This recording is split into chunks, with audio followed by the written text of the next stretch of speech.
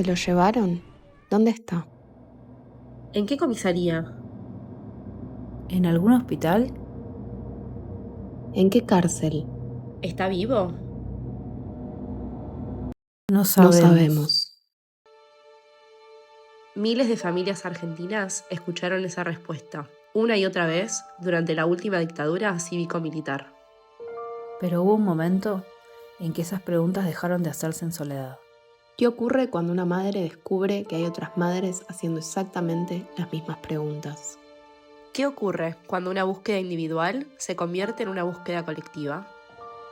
¿Y qué ocurre cuando esa búsqueda termina transformando el significado mismo de la maternidad?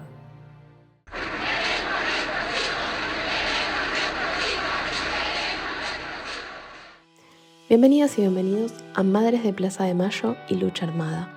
Hoy, la socialización de la maternidad como forma de resistencia. Un podcast creado por Carla Cripa, Sofía Herlein y Victoria Irigaray.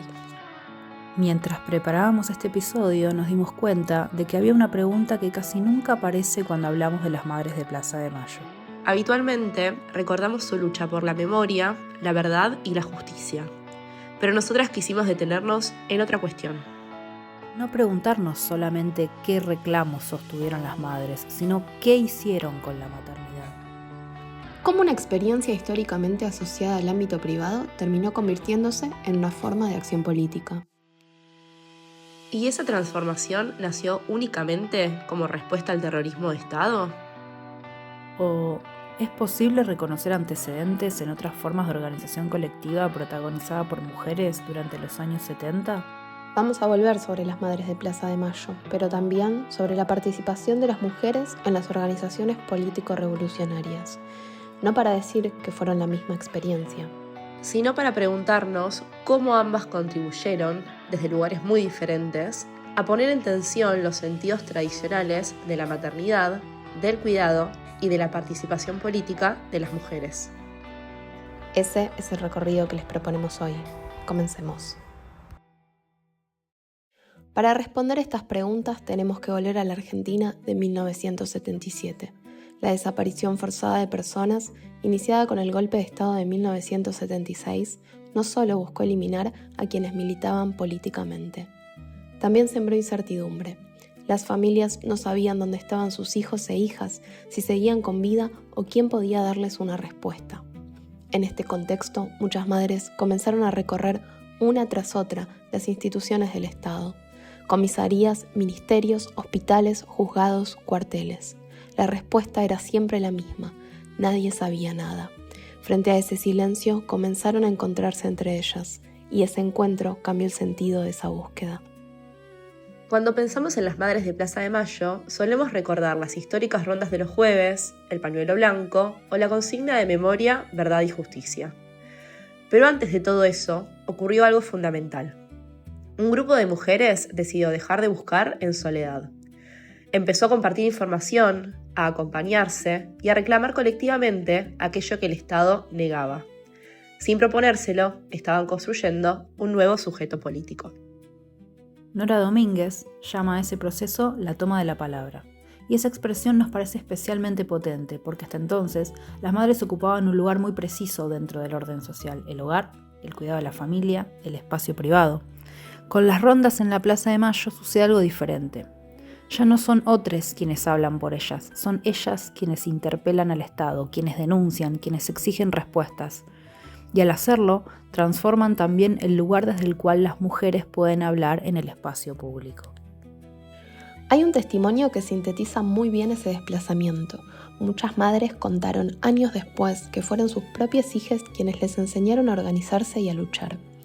Ana, la hija de Mari Ponce de Bianco, una de las madres secuestradas en la iglesia Santa Cruz, donde solían juntarse para organizar la información que iban recopilando, y en la que Alfredo Astiz se infiltró a finales del 77, comenta que eran amas de casas o maestras que no sabían a dónde recurrir y al juntarse empezaron a compartir las experiencias de sus hijos, sus militancias y su entrega. Aprendieron de solidaridad y de resistencia colectiva de todas aquellas causas por las que sus hijos luchaban, desde la Revolución Cubana hasta el Cordobazo. Hasta acá podríamos pensar que esa reconfiguración nació como respuesta directa al terrorismo de Estado. Pero mientras investigábamos, apareció otra pregunta. ¿Fue realmente la primera vez que el cuidado y la maternidad comenzaron a pensarse de manera colectiva? ¿O existían experiencias anteriores que ya habían empezado a cuestionar la idea de que el cuidado era una responsabilidad exclusivamente privada? Para responder esa pregunta tenemos que retroceder algunos años, a la década del 70, y mirar un escenario diferente, el de las organizaciones político-revolucionarias. Cuando pensamos en las organizaciones revolucionarias de los años 70, casi siempre imaginamos otra cosa. La lucha armada, la clandestinidad, la persecución, la violencia política. Y todo eso formó parte de aquella historia. Pero mientras preparábamos este episodio, apareció una pregunta distinta. ¿Cómo se organizaba la vida cotidiana de quienes militaban? Porque la militancia no terminaba cuando concluía una reunión o una acción política. También implicaba construir otra manera de vivir, otra manera de vincularse, otra manera de imaginar el trabajo, la familia y también el cuidado. Es importante hacer una aclaración. No estamos diciendo que las organizaciones revolucionarias fueran feministas. De hecho, muchas militantes incorporaron las discusiones feministas años después, durante el exilio con el regreso de la democracia. Y dentro de las propias organizaciones persistían desigualdades y mandatos de género. Sin embargo, en la práctica, comenzaron a desarrollarse experiencias que cuestionaban, aunque fuera parcialmente, la idea de que el cuidado era una responsabilidad exclusivamente femenina. La clandestinidad obligó a reorganizar la vida cotidiana. Muchas familias militantes compartían casas. Las infancias eran cuidadas por compañeras, compañeros, familiares y redes de apoyo. En algunos barrios también existían guarderías comunitarias para que las mujeres pudieran trabajar y participar políticamente. Más que una teoría sobre los cuidados, eran respuestas concretas a una forma colectiva de entender la militancia. Miradas en perspectiva, estas prácticas resultan especialmente interesantes, no porque anticiparan el movimiento de madres de Plaza de Mayo, sino porque muestran que el cuidado comenzaba a dejar de pensarse exclusivamente como una responsabilidad individual. Allí aparecen formas de organización que, años más tarde, permitirán leer de otro modo la maternidad colectiva. Es justamente desde este tipo de prácticas que Alejandra Ciriza propone recuperar acciones particulares en la región para pensar en la construcción de genealogías feministas, no porque estas mujeres se definieran como feministas, sino porque sus trayectorias ampliaron las formas posibles de participación política de las mujeres en nuestro país. Y esas huellas también aparecen cuando observamos historias concretas, como por ejemplo la de las mujeres que participaron en la fuga de la cárcel del Buen Pastor en Córdoba. El documental Buen Pastor, una fuga de mujeres, permite ver algo que suele quedar fuera de los relatos tradicionales sobre la militancia. Incluso en condiciones extremas, las mujeres seguían organizando formas de cuidado mutuo, de solidaridad y de acompañamiento.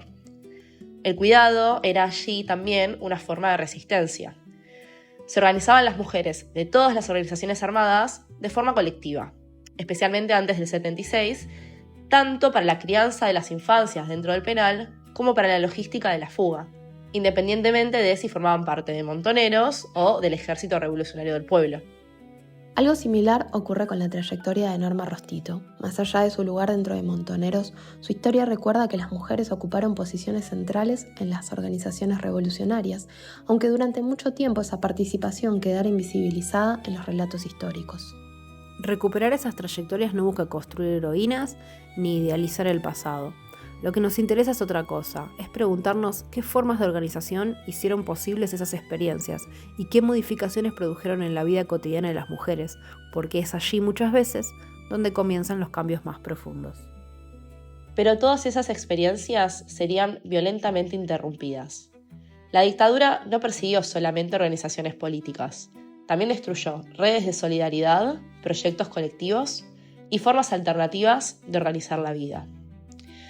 Sin embargo, y paradójicamente, esa destrucción daría lugar a una nueva transformación. La maternidad volvería a ocupar el centro de la escena, aunque ahora con un significado completamente diferente.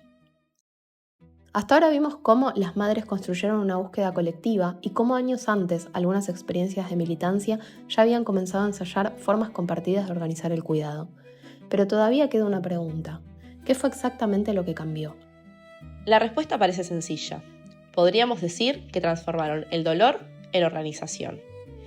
Y sería cierto, pero también creemos que ocurrió algo más profundo. Transformaron el significado mismo de la maternidad. La desaparición de un hijo suele pensarse como una tragedia familiar, algo que pertenece a la intimidad. Las madres hicieron exactamente lo contrario, convirtieron esa experiencia privada en una causa política, y al hacerlo, ampliaron los límites de aquello que una madre podía ser y hacer en el espacio público. Judith Flick propone pensar este proceso como una resemantización de la maternidad. Hasta entonces, la condición de hijo parecía depender casi exclusivamente del parentesco biológico. Las madres desplazan ese significado.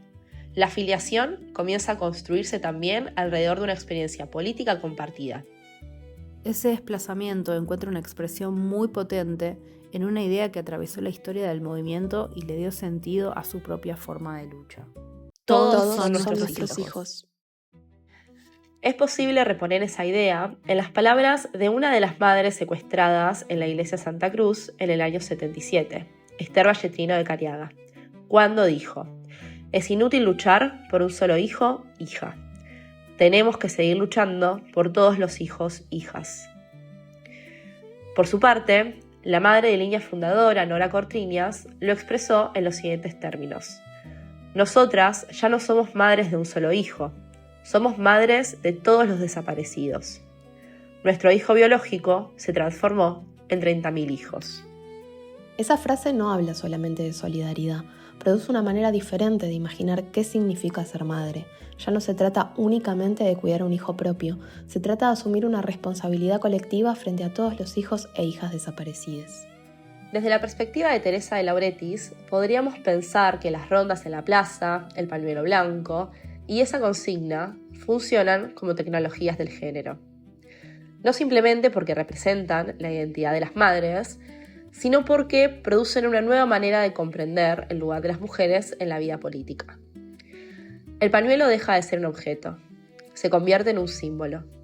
La ronda deja de ser un recorrido, se convierte en una forma de ocupar el espacio público. Y la maternidad deja de ser únicamente una identidad privada, se convierte en una práctica política. Y quizás allí se encuentra uno de los aportes más importantes de las madres. No abandonaron la maternidad para hacer política, hicieron política desde la maternidad, pero transformando profundamente lo que esa maternidad significaba. En este sentido, la experiencia de las madres también dialoga con la reflexión de Adrienne Rich sobre la institución de la maternidad, quien sostiene que esa institución históricamente identificó a las mujeres con el espacio doméstico y limitó sus posibilidades de intervenir en la vida pública. Las madres no rechazaron esa identidad, la resignificaron. Tomaron aquello que durante siglos había servido para restringir la participación política de las mujeres y lo transformaron en la base de una resistencia colectiva. Quizás por eso Elizabeth Meyer habla de un doble parto dialéctico. Las madres hacen nacer públicamente la figura del desaparecido como sujeto político, pero también, en esas propias denuncias, nacen ellas mismas. Ya no son solamente madres que buscan, son la madre. En el documental Las Madres, de 1985, producido por dos de ellas, Susana Muñoz y Lourdes Portillo, René Eppelbaum cuenta: En 1977, diciembre de 1977, estábamos tratando de reunir dinero para publicar un aviso pago en los diarios, lo que acá llamamos una solicitada, con los nombres de los desaparecidos de que teníamos noticia hasta ese momento. A raíz de eso nos encontramos en una iglesia. De ahí fueron secuestrados algunas madres. Una de ellas era Azucena de Vincenti, que fue precisamente la madre que tuvo la idea de ir a la Plaza de Mayo. La dictadura militar pensó que de esa manera también nos eliminaría, que el terror iba a ser de tal envergadura, que las madres no concurriríamos más a la plaza. Pero se equivocaron.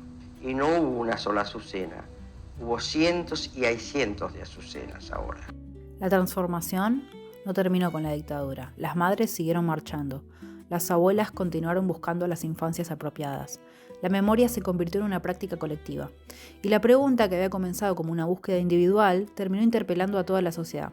Con los años, han ampliado su lucha contra la impunidad para incluir llamados por la paz y los derechos humanos alrededor del mundo y para confrontar el neoliberalismo y la reciente crisis económica en Argentina. Tal vez por eso estas experiencias siguen siendo relevantes para los feminismos contemporáneos. No porque ofrezcan respuestas cerradas, sino porque ampliaron los límites desde los cuales hoy pensamos la maternidad, el cuidado y la acción política.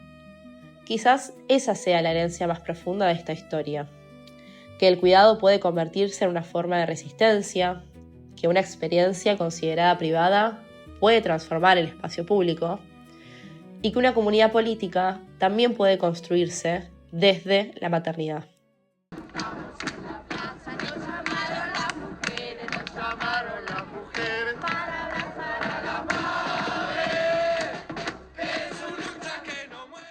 Al principio de este episodio había una pregunta. ¿Dónde están? Nunca pudimos responderla del todo. La consigna aparición con vida y el pedido de que se abran los archivos siguen significando una denuncia ante el silencio de los milicos, los únicos que saben qué han hecho con las y los desaparecidos. Pero esas preguntas hicieron aparecer otra cosa.